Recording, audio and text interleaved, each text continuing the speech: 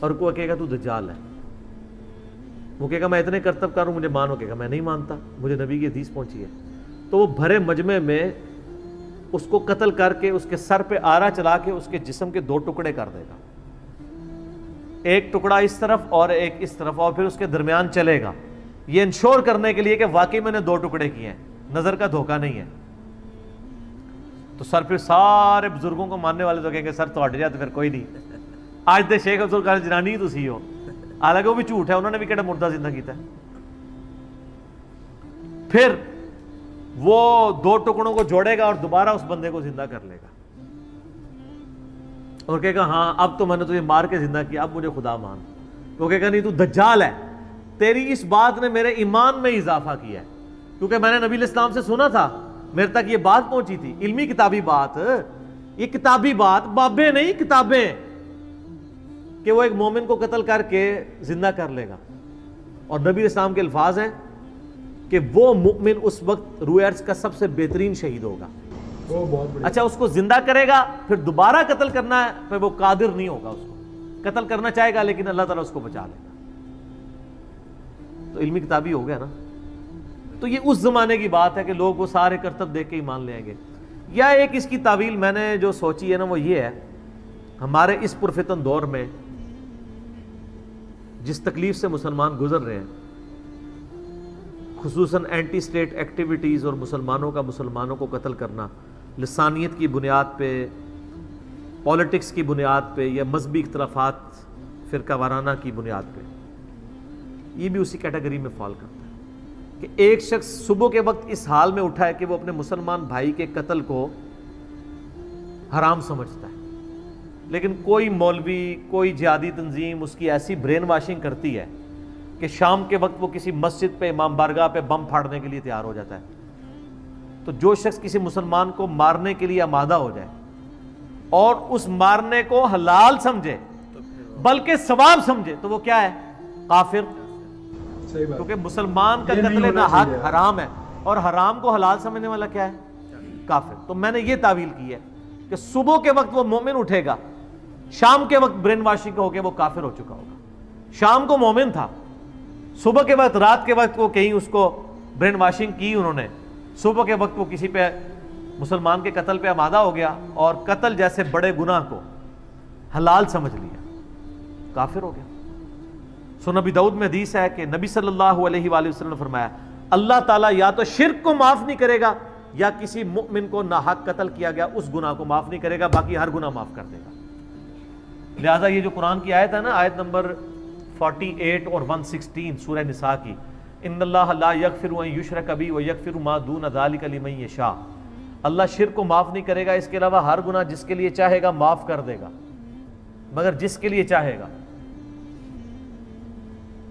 تو اس میں اشارہ ملتا ہے کہ شرک کے علاوہ بھی کوئی ایسے گناہ ہیں جو کسی کے لیے معاف نہیں ہوں گے، اور وہ نبی علیہ السلام نے فرما دیا قتل ناحق ہے، کیونکہ قتل ناحق کفر ہے۔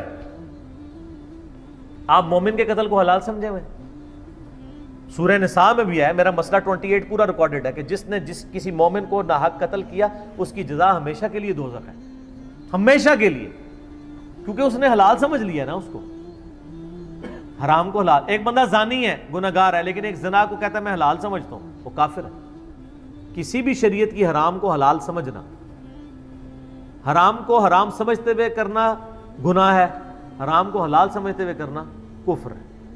تو بڑا سینسٹیو معاملہ ہے، تو یہ بھی پرفتن دور میں ہو سکتا ہے۔ اس کو سپورٹیو وہ بخاری مسلم میں حدیث ہے کہ نبی علیہ السلام نے فرمایا قیامت کے قریب حرج عام ہو جائے گا۔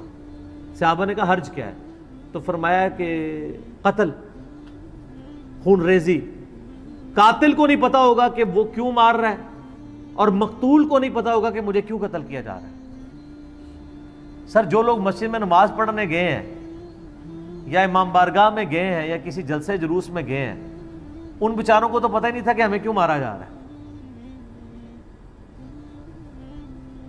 اور جو مارنے والا ہے اس کو بھی نہیں پتا میں کیوں مار رہا ہوں، اس کی بھی برین واشنگ ہوئی بھی ہے۔ تو یہ بہت خطرناک معاملہ ہے۔ تو میرے خیال میں کہ یہ حدیث جو قرب قیامت میں صبح مومن اور شام کو کافر، وہ اس طرح کی ایونٹس کے اوپر فٹ بیٹھتی ہے۔ لہٰذا کوئی اگر اس چنگل میں پھنسا ہوا ہے تو وہ اپنی اصلاح کے لیے کوشش کرے۔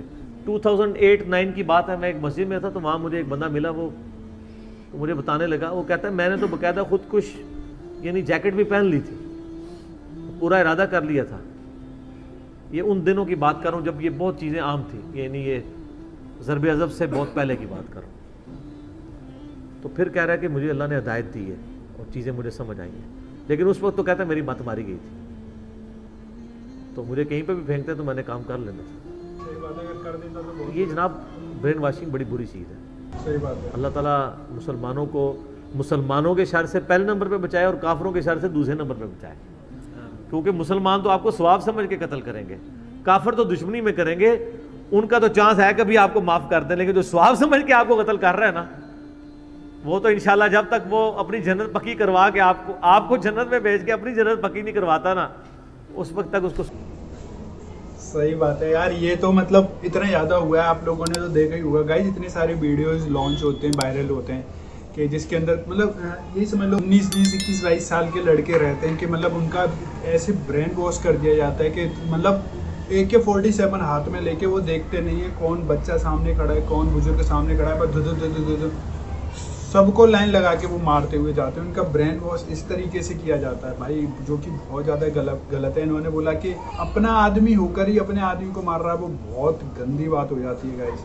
تو انہوں نے تبھی اس ویڈیو کا ٹائٹل رکھا. صبح تو اس نے نماز پڑھی ہے تو پراپر مسلمان ہے، لیکن شام ہوتے ہوتے اس کا سایہ مطلب اس کی دوستی ایسے غلط لوگوں کے ساتھ ہوئی کہ انہوں نے اس کا برین واش کر کے نا اس کو کافر بنا دیا کہ تو ان لوگوں کو مارے گا تو تجھے جنت نصیب ہوگی. تو وہ اپنی جنت نصیب کرنے کے چکر میں لوگوں کو پیلے جا رہا ہے، جو کہ بہت غلط ہے گائز. ایسا نہیں ہونا چاہیے. جو لوگ ایسے ہیں ان کو کبھی اوپر والا معاف نہیں کرے گا. بس علی بھائی کا بھی یہی ویڈیو تھا جو کہ کلیئر کرنا چاہتے تھے. میرے کو سمجھ میں آیا، آپ کو بھی سمجھ آئے گا. ویڈیو اچھا لگا آپ کو کیسا لگا پلیز مجھے کامنٹ کر کے بتائیں. آپ کے کامنٹ کا میں بہت انتظار کرتا ہوں گائز.